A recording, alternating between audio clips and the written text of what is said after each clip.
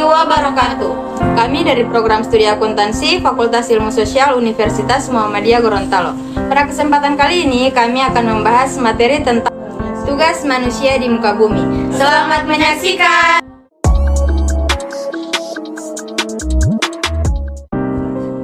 Dalam perjalanan hidup dan kehidupannya, manusia sebagai makhluk Allah pada dasarnya mengemban amanah atau tugas-tugas, kewajiban dan tanggung jawab yang dibebankan oleh Allah kepadanya agar dipenuhi, dijaga dan dipelihara dengan sebaik-baiknya.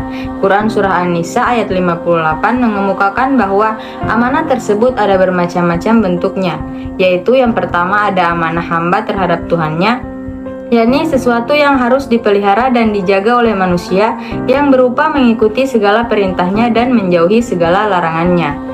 Yang kedua ada amanah hamba terhadap sesama manusia, yakni mengembalikan barang-barang titipan kepada pemiliknya dan tidak mau menipu serta menjaga rahasia seseorang yang tidak pantas dipublikasikan.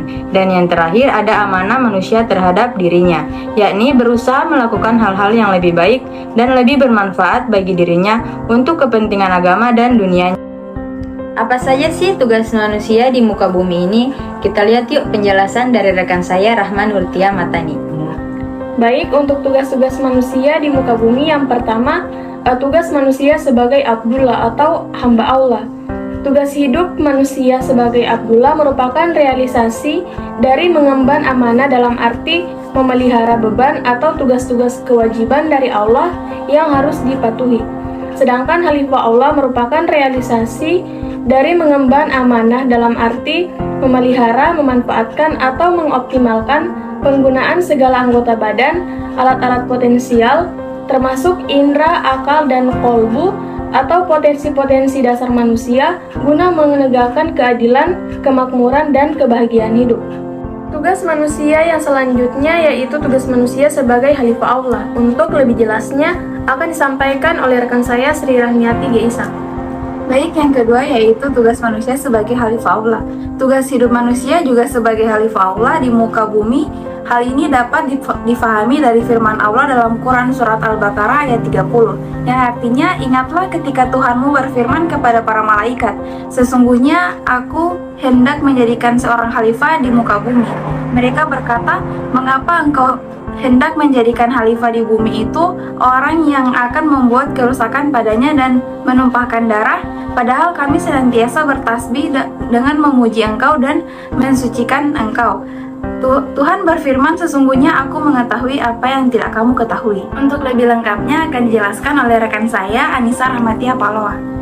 Jadi, tugas manusia sebagai Khalifah Allah di muka bumi antara lain menyangkut tugas mewujudkan kemakmuran di muka bumi, Quran Surah Hud ayat 61, serta mewujudkan keselamatan dan kebahagiaan hidup di muka bumi, Quran Surat Al-Maidah ayat 16, dengan cara beriman dan beramal saleh, Quran Surah Al-Ra'd ayat 29, bekerja sama dalam menegakkan kebenaran dan bekerja sama dalam menegakkan kesabaran dalam Quran Surah Al-As ayat 1-3. Karena itu, tugas kekhalifahan merupakan tugas suci dan amanah dari Allah sejak manusia pertama hingga manusia pada akhir zaman yang akan datang, dan merupakan perwujudan dari pelaksanaan pengabdian kepadanya atau Abdullah.